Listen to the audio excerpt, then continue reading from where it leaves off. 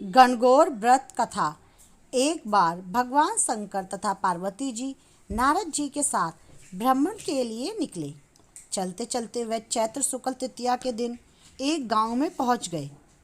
उनके आगमन का समाचार सुनकर गांव की श्रेष्ठ कुलीन स्त्रियां उनके स्वागत के लिए स्वादिष्ट भोजन बनाने लगीं। भोजन बनाते बनाते उन्हें काफ़ी विलंब हो गया, किंतु साधारण कुल की स्त्रियां श्रेष्ठ कुल की स्त्रियों से पहले ही थाली में हल्दी तथा अक्षत लेकर पूजन हेतु पहुंच गईं। पार्वती जी ने उनके पूजा भाव को स्वीकार करके सारा सुहाग रस उन पर छिड़क दिया। वह अटल सुहाग प्राप्ति का वरदान पाकर लौटी। तत्पश्चात उच्च कुल की स्त्रियां अनेक प्रकार के पकवान लेकर गौरी जी और शंकर जी की पूजा करने पहुंची। सोने चांदी से निर्मित उनकी थाली में विभिन्न प्रकार के पदार्थ थे। उन स्त्रियों को देखकर भगवान शंकर ने पार्वती जी से कहा, तुमने सारा सुहाग रस तो साधारण कुल की स्त्रियों को दे दिया, अब इन्हें क्या दोगी? पार्वती जी ने उत्तर दिया, प्राणनाथ, आप इसकी चिंता मत कीजिए। उन स्त्रियों को मैंने ऊपरी पदार्थों से बना रस दिया है, इसलिए उनका रस धोती से रहेगा, परंतु मैं इन उच्च कुल की स्त्रियों को अपनी उंगली चीर कर अपने रक्त का सुहाग रस दूंगी।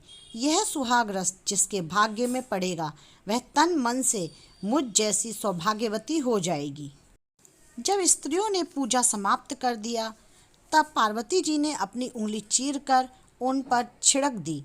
जिस पर जैसा छींटा पड़ा उसने वैसा ही सुहाग पा लिया। तत्पश्चात भगवान शिव की आज्ञा से पार्वती जी ने नदी तट पर स्नान किया और बालू की शिव मूर्ति बनाकर पूजन करने लगी।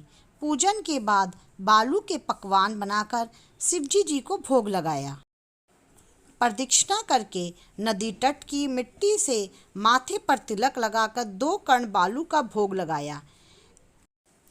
इतना सब करते करते पार्वती जी को काफ़ी समय लग गया। काफ़ी देर बाद जब वह लौट कर आई तो महादेव जी ने उनसे देर से आने का कारण पूछा। उत्तर में पार्वती जी ने झूठ ही कह दिया कि वहाँ मेरे भाई भावज आदि मायके वाले मिल गए थे, उन्हीं से बात करने में देर हो गई। परंतु महादेव तो महादेव ही थे, वह कुछ और ही लीला रचना चाहते थे। अंततः उन्होंने पूछा, पार्वती, तुमने नदी के तट पर पूजन करके किस चीज़ का भोग लगाया था और स्वयं कौन सा प्रसाद खाया था? स्वामी, पार्वती जी ने पुनः झूठ बोल दिया। मेरी भावज ने मुझे दूध भात खिलाया, उसे खाकर मैं सीधे यहाँ चली आ रही हूँ। यह सुनकर शिवजी जी भी दूध भात खाने की लालच में नदी के तट की ओर चल दिए। पार्वती दुविधा में पड़ गई। तब उन्होंने मौन भाव से भगवान भोले शंकर का ही ध्यान किया और प्रार्थना की, हे भगवान, यदि मैं आपकी अनन्य दासी हूँ तो आप इस समय मेरी लाज रखिए। यह प्रार्थना करती हुई पार्वती जी भगवान शिवजी जी के पीछे पीछे चलती रहीं। उन्हें दूर नदी के तट पर माया का महल दिखाई दिया। उस महल के भीतर पहुंचकर वह देखती हैं कि वहां शिवजी जी के साले तथा सहज आदि सपरिवार उपस्थित हैं।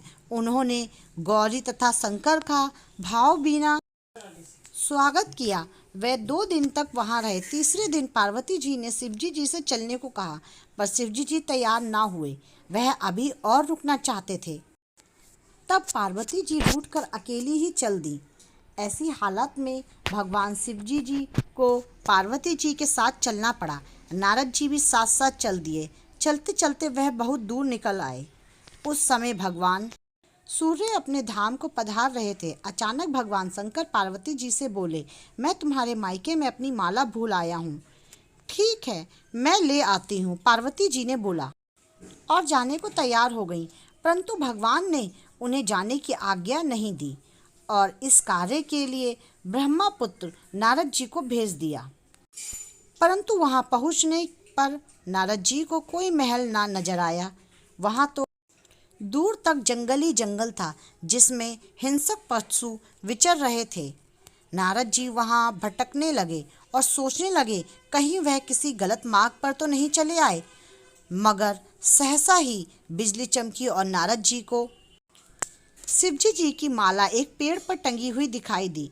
नारद जी ने माला उतार ली और शिवजी जी के पास पहुँचे। वहाँ का हाल बताया। शिवजी जी ने हंसकर कहा, नारद, यह सब पार्वती की ही लीला है। इस पर पार्वती बोली, मैं किस योग हूँ? तब नारद जी ने सिर झुकाकर कहा, माता, आप प्रतिव्रताओं में सर्वश्रेष्ठ हैं। आप सौभाग्यवती, समाज में आदिशक्ति हैं।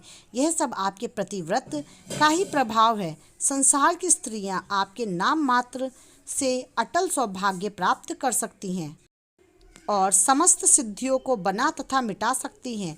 तब आपके लिए यह कर्म कौन सी बड़ी बात है? महामाये गोपनीय पूजन अधिक शक्तिशाली तथा सार्थक होता है।